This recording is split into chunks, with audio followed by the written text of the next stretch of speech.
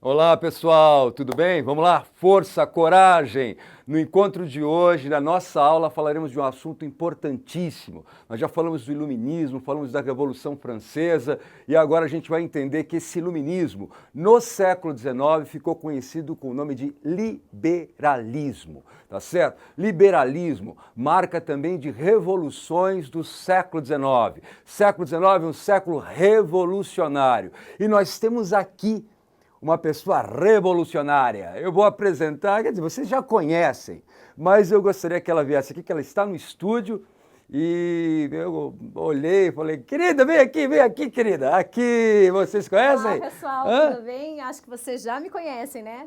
As aulas de redação, de gramática, de língua portuguesa. Eu preciso falar alguma coisa? Aula de revolução, Super de iluminismo revolução. Eu uso e até de batom. bonitismo. Estilo de Bonita. É ou não é? É ou não é? Bom, ela vai ter que viajar, entendeu? Vai ter que sair, infelizmente. Não gostaria que ela ficasse aqui, mas a gente vai continuar com o nosso conteúdo, com a Mas nossa tem 40 aula. horas aí para vocês me verem. Aí, ó, olha, né? 40 horas, Bom, vamos lá, aprenda então, pessoal, certo. assistam a aula do professor Cazé que vocês vão, entender tudo de história. Um beijo, querida. Tudo bem? Boa viagem aí pra Nós, você, viu? Tudo de bom. Tchau, pessoal. Maravilha! Uhul! Vamos lá? Liberalismo no século XIX. Características. Quais são as características do liberalismo nesse século XIX? Moçada, vamos lembrar que quando nós falamos do iluminismo, nós falamos assim, que o iluminismo foi um pensamento revolucionário porque olhou para a sociedade e criticou aquela sociedade dividida em ordens, em estados, que alguns tinham privilégios e outros tinham deveres, obrigações.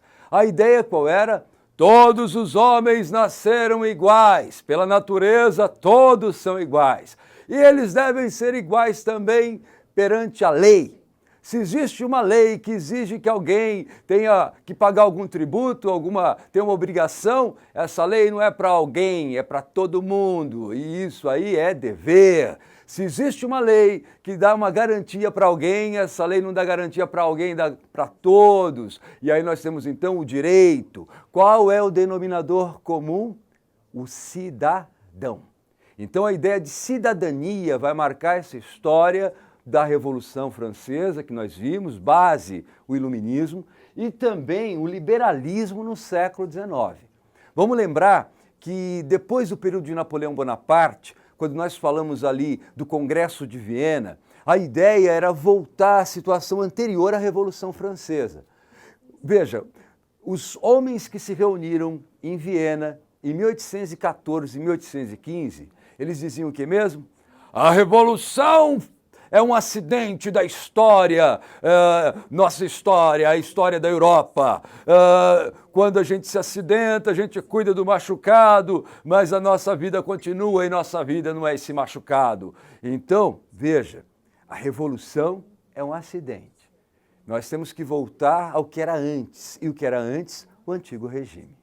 Se nós quisermos entender a história da afirmação do capitalismo, a afirmação da indústria, nós temos que entender que era muito difícil reprimir todo um movimento que começava ali no século XVIII, com a Revolução Industrial, com a Revolução Francesa, com as ideias iluministas.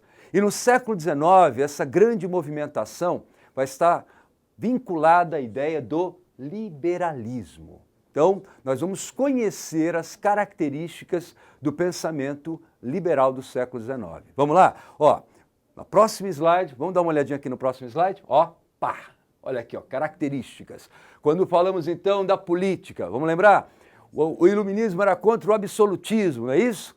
Não queremos nenhum poder tirânico. O poder tem que estar vinculado à vontade geral. Lembra de Rousseau? Essa ideia de representação política é importante. Há um limite, e o limite está onde? Numa Constituição. Então, os constitucionalistas do século XIX, eles eram o quê? Os liberais. O que eles diziam? Bom, o Estado pode ser uma monarquia desde que o poder do rei esteja limitado por uma Constituição. Agora, se o rei quiser ser absolutista, sabe o que a gente faz? A gente derruba o rei e cria uma república. Vamos lembrar que os Estados Unidos surgiram como um país no século XVIII e organizaram um Estado republicano. Então a ideia do republicanismo também está associada ao pensamento liberal. Outra coisa importante no âmbito da política, o poder tem que estar distribuído de tal forma entre representantes que toda lei deve ser discutida, debatida por um número de representantes, mas eles não devem estar numa única casa. Nós temos que ter duas casas e com representações diferentes. Se as duas casas concordarem com um projeto, esse projeto vira lei. Então a ideia era essa, o bicameralismo. Dá para entender por que nós temos eleição para deputado federal e para senador? O Senado é uma Câmara. Os deputados é outra Câmara. São dois sistemas de representação diferentes, mas que para que haja uma lei num país, esses dois sistemas de representação distintos, eles têm que concordar. Se não houver concordância, não existe lei. Então essa ideia é qual? Descentralizar. Então isso é importante. O poder absoluto é ruim. Nós temos que discutir, nós temos que negociar e a ideia é descentralizar. Outra coisa importante quando a gente pensa nessa política, no pensamento liberal, é o voto, a participação política. Os liberais acreditavam no quê? No mérito. Olha, o indivíduo tem que ser valorizado. O indivíduo é aquele sujeito que está em condição igual a outro na lei, mas que tem certos talentos, certos dons, certas vocações que são diferentes. E é claro que se ele for, vamos dizer assim, um cara muito talentoso, ele vai ocupar um lugar diferente na sociedade. A política é a mesma coisa, porque quando o sujeito tem mérito na sociedade, o resultado visível desse mérito é o acúmulo de riqueza, é a propriedade do sujeito. Então, qual que é a ideia? Tem que participar da vida política quem tem alguma coisa a defender, quem tem propriedade. Quem não tem, não precisa de representação. Então, os liberais defendiam o voto censitário. Agora, vamos entender. Não é que, olha, você está excluído porque você é pobre. Você é pobre por enquanto, né? A ideia liberal é essa. Numa sociedade de oportunidades, veja, valorizando o indivíduo, olha para a sociedade, veja o que você pode fazer, de repente você faz alguma coisa diferente, vai ter mérito e vai amealhar uns recursos. E quando você chegar nisso, que é o critério que a gente tem para participar da vida política, o senhor vai participar. Nós não estamos excluindo o senhor pela sua família. Ah, o filho de camponês, não, nada disso. Veja, é pela pessoa. Se tiver mérito, o mérito é traduzido em condições materiais e tendo condições materiais dentro desse critério censitário, vai participar da vida política. Então veja, os liberais não viam problema. Não é assim, o cara vai trabalhar, não vai ter salário, ou o salário vai ser muito baixo e ele não vai ter condição. Os liberais falam, não, a sociedade é de oportunidades. Esse é o pensamento liberal na política. Quando falamos da economia, a gente já estudou, né? Lembra do Adam Smith? Né, da riqueza das nações, aquela ideia de que o trabalho, o que é riqueza? Capacidade de trabalho realizado. Quando a gente fala dessa capacidade de trabalho realizado, o que é isso? Produção. Laissez-faire, laissez-faire, laissez-faire, laissez-passer, le monde va de lui-même. Não é isso? Então, ó, deixar e fazer. Vamos aumentar a produção. Quanto mais se produz, melhor. Mas a gente tem que deixar passar. Laissez-passer. Porque tem monopólio, tem protecionismo, isso impede a circulação dessa produção.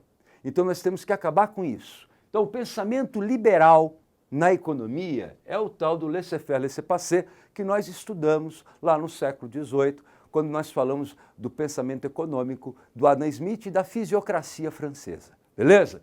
E é claro, na sociedade, pessoal, na sociedade é o seguinte, você tem uma ideia diferente da minha.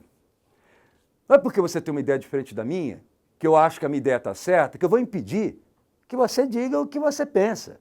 Veja, é exatamente na pluralidade, no quadro de debate, de discussão, de diferentes opiniões, que nós vamos ter o esclarecimento.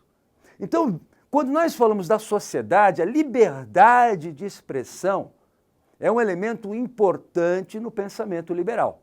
E não é só a expressão, é a iniciativa. Liberdade também de iniciativa. Aí a gente vai entender o capitalismo, essa ideia dos caras que são industriosos, né? Aqueles homens que operam no mundo e têm liberdade para atuar. E essa liberdade que faz bem para a sociedade. Então, quando nós pensamos na sociedade, na ótica liberal, é essa: liberdade de iniciativa e liberdade de expressão. Veja, a quem isso atendia? Vamos pensar? Se a Revolução Francesa pode ser considerada uma revolução burguesa, fundada no pensamento iluminista, a quem atendia esse discurso liberal? Vamos dar uma olhadinha aqui no próximo slide para a gente fechar, para a gente entender o que é esse liberalismo no século XIX. Aqui, ó, um historiador norte-americano chamado Marvin Perry, ele escreveu sobre o liberalismo isso aqui, ó. Vamos lá? De modo geral, o liberalismo foi a filosofia política da burguesia. Enquanto os conservadores buscavam fortalecer os alicerces da sociedade tradicional, seriamente abalados no período da Revolução e de Napoleão, os liberais desejavam manter alterar o status quo e cumprir a promessa do iluminismo e da Revolução Francesa. Então a gente vai ter que entender que o pensamento liberal do século XIX é o pensamento que vai marcar as revoluções burguesas do século XIX. A consolidação de uma ordem burguesa na Europa se faz contra as determinações do Congresso de Viena. E é isso que nós estudaremos na sequência, as revoluções. Beleza?